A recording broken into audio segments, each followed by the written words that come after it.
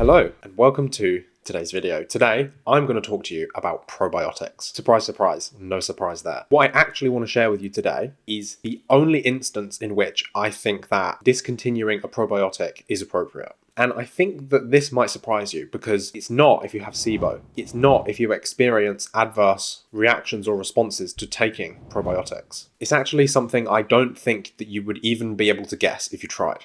So as you're probably aware by now, your microbiome is quite important. The ways in which your microbiome influences your health are extremely profound. Obviously, we have digestive health. It's no surprise that the organisms living in your gut directly influence the health of your gut. So this could be literally, quite literally, any digestive symptom under the sun. Acid reflux, heartburn, GERD, gastritis, bloating, constipation, diarrhea, diverticulitis, diverticulosis, any type of mucosal or motility problem like gastroparesis or leaky gut. It's no surprise, all of these are directly influenced by the composition of your microbiome. But the effect of your microbiome on the health of other areas of your body, including your mental health and your cognitive abilities. So for example, things like anxiety, depression, even ADHD, schizophrenia, autism, this kind of more extreme thing. And with cognitive performance, we've got your best friend, brain fog. Now, I really have to give you credit. If you watch my videos and you have brain fog,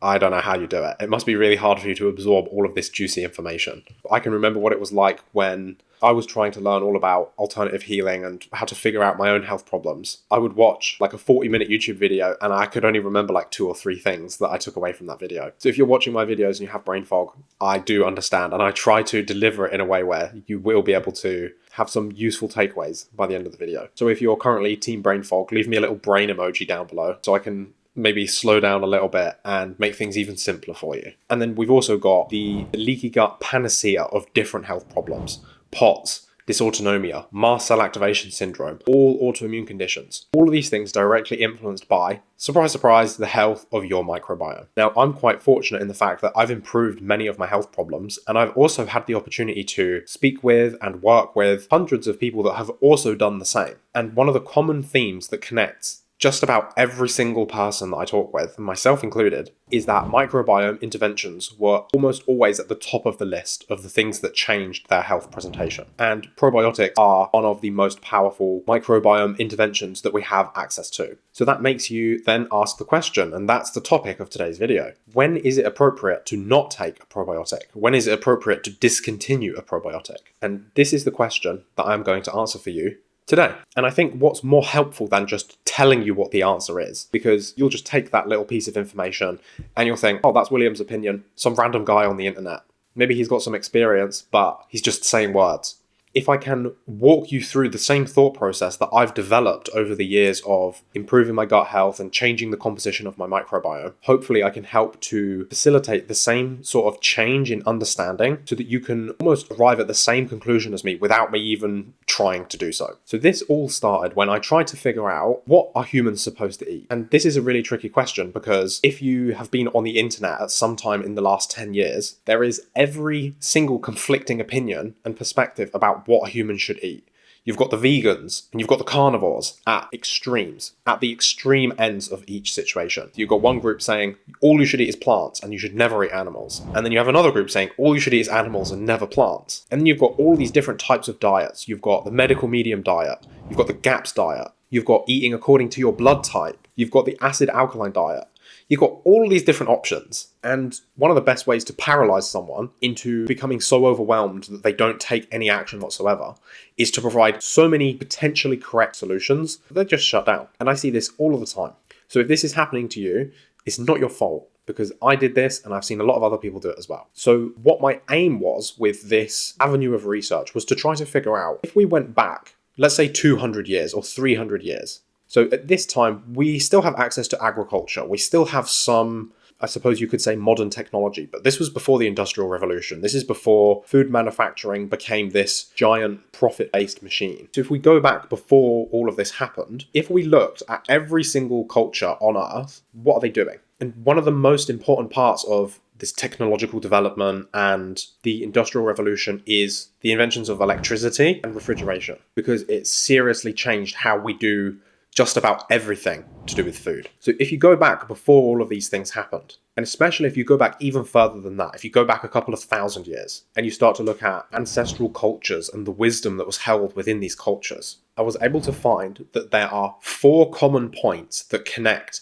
every single ancestral society that has ever existed on Earth. And I think if we can follow these 4 principles, not only is it going to help you figure out what you should be eating if you want to eat in alignment with nature or in alignment with your ancestors, it's also going to answer this very interesting question that we have about probiotics. So the 4 common things that connected everything, that connected everyone, that connected the way that everybody would approach food, nutrition, and the way that they would keep themselves alive, basically, because this is really what this meant at this time. The first is that they would all eat some form of cooked food. The second is that they would all eat some form of raw food. The third is that they would eat absolutely everything that was available to them. So in the case of animal products, for example, they would not just eat the chicken breast. They would eat the chicken thighs, they would eat the chicken wings, they would eat all of the chicken skin, they would eat the cartilage tissues, they would turn anything that they couldn't eat directly into something they could eat. For example, they would take the bones and these more tough cartilage tissues and turn them into broth, and they would also eat almost all of the organs. This includes the liver, heart, and the kidneys, most especially. And actually, very interestingly, these organ meats were revered. They were considered the most nutrient dense, the most valuable part of the diet in general. And consequently, they were often given to people in these communities that needed them more. For example, the hearts would be given to the warriors. And the very nutritious substances like fish eggs, for example, and liver, these would be given to pregnant and breastfeeding women. And if you really do your research, and I really looked into this, the substances that you find in liver and, for example, caviar are all of the things that you need to make a baby and to feed a baby with breast milk. So it really makes a lot of sense. So these are 3 things, but there's one more. There's one more thing that all of these ancestral societies had in common. And this is where we find the answer to the question in today's video. The final thing that all of these cultures had in common is that they ate some form of fermented food. Now, of course, this looks different depending on where you're from. So in Asia, they tend to have things like kimchi and fermented soy. So things like natto, for example. Natto is actually where we get nattokinase. This is an enzyme that is extremely powerful. It's used very frequently in long COVID protocols because it helps to break down spike protein. But this is found from a fermented food. In Europe, we would have fermented dairy very commonly. Kefir and yogurt wasn't just about creating a new type of food, it was about preservation, because milk will go off very, very quickly. If we can put some culture of the last yogurt, or if we can put the SCOBY from the kefir that we made in that milk, it would turn it into a preserved food that could last weeks and even months in some cases. And I know this one might sound a little bit funny, but even things like beer have probiotic benefits. In England, for a very long time, it was unsafe to drink the water, and it was actually much safer to drink very weak beer. And this is what people actually did, even children. I know that sounds crazy, but we're talking like a 1 to 1.5% alcohol percentage. It's a very low percentage of alcohol.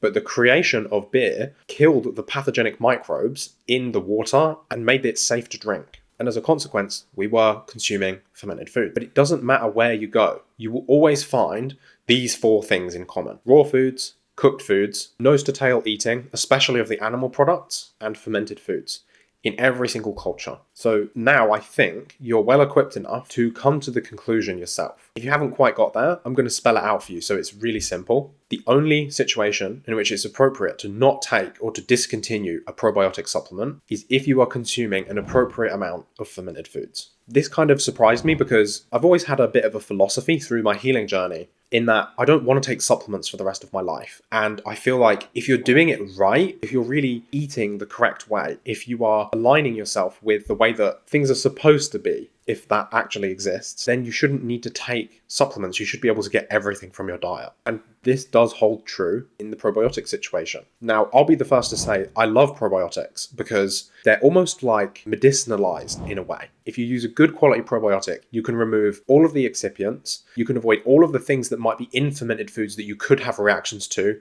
things like histamines or oxalates, salicylates. Fermented foods are very high in bioavailable nutrients, and these can cause Herxheimer reactions in themselves. For example, if you will ferment a cabbage, you'll increase the vitamin C concentration and bioavailability by orders of magnitude. I've seen in some places even up to as much as 10 times. And this is because the organisms are breaking the food down for us and making it more bioavailable and usable. And this is great. This is why I love fermented foods so much, and they are just about better than probiotics in every single way. Apart from the fact that they have all of these extra bits, and these extra bits are actually really good for a generally healthy person. But if you're in a position where you're sensitive to some of those extra bits, probiotic is a really nice alternative. And coming to this kind of conclusion then brings us to the next question quite naturally. What is an appropriate amount of fermented foods? How much fermented food do you need to be consuming to have the same effect as a therapeutic strength probiotic? This is a really good question because not all fermented foods are made equally. Some are stronger, some are better, some are better tolerated. They're different in different ways. I would say the gold standard, the absolute best way to do it is to consume kefir or kefir for my American friends out there. Now, obviously this might be a problem if you're sensitive to dairy. Again, this is why a probiotic supplement could be really helpful. But the gold standard, the top level of fermented foods is kefir. The reason for this is the potency is extremely high and the diversity is extremely high. It's actually difficult to find a probiotic that has as much diversity as a very good kefir can have. So a really good kefir can have over 1 trillion CFUs of probiotics per teaspoon, which is absolutely insane. And you can be looking at 60 plus different species of beneficial bacteria and yeast. And of those 60 species, about 6 to 10 of them can be yeasts. And this is actually amazingly helpful. If you have a history of mold toxicity or candidiasis, if you've struggled with candida, if you have any type of fungal issues, or you've taken a lot of antibiotics in the past, taking beneficial yeasts is absolutely amazing. It's so helpful to shift some of those bad guys, and we can replace them with the things that are supposed to be there. Because like I was saying earlier, we've evolved with these fermented foods in our diets for hundreds, thousands of years. And because of this, it's funny when someone comes to me and asks, do I really have to take this probiotic for the rest of my life? And my answer is yes, but that's not anything new. We've always had to do that. It's not because probiotics are a new invention and now we have to take probiotic supplements. Although it is worth noting that we do live in a significantly more polluted world than we have ever lived in before. And the antimicrobial, antibiotic compounds, not just antibiotics as medications, although this is true, but also all of the other toxic chemicals that have an inhibitory effect on our microbiome, like pesticides, like heavy metals, like mycotoxins. All of these things mean our microbiome is constantly under attack. And before, we had to eat fermented foods because there simply was no choice. When it came to wintertime and all we had left was meat and animals that were still running around and foods that we'd preserved through fermentation, that is all we would eat because that was all that was available, and you would strengthen your microbiome through this period. But now, with refrigeration, with freezing, it's entirely possible to not have to touch a fermented food for years, for your whole life. But that doesn't mean that it's healthy, and it doesn't mean that it's not going to come with side effects or negative consequences. So yes, you have to take a probiotic every single day, but that's just what we used to do. If you look into some of these cultures, right now, if you go over to Asia, if you go to Korea and you order any meal in any Korean restaurant, they will all serve you with fresh kimchi. Not because they have to, not because of the probiotic benefits, although they are there, but because it tastes delicious. And this is the trick. If you can get to the point where you tolerate fermented foods, you don't need to take a probiotic anymore. You can make that transition and swap over to fermented foods instead. And whilst kefir may be the king, it might be the top of the list with the most diversity and the highest dose, the key to a strong microbiome is diversity. It's always diversity. So the more different types of fermented foods that you can incorporate into your diet, the stronger your microbiome will become. So have that kefir, have that yogurt, try some kimchi from Asia, try some sauerkraut.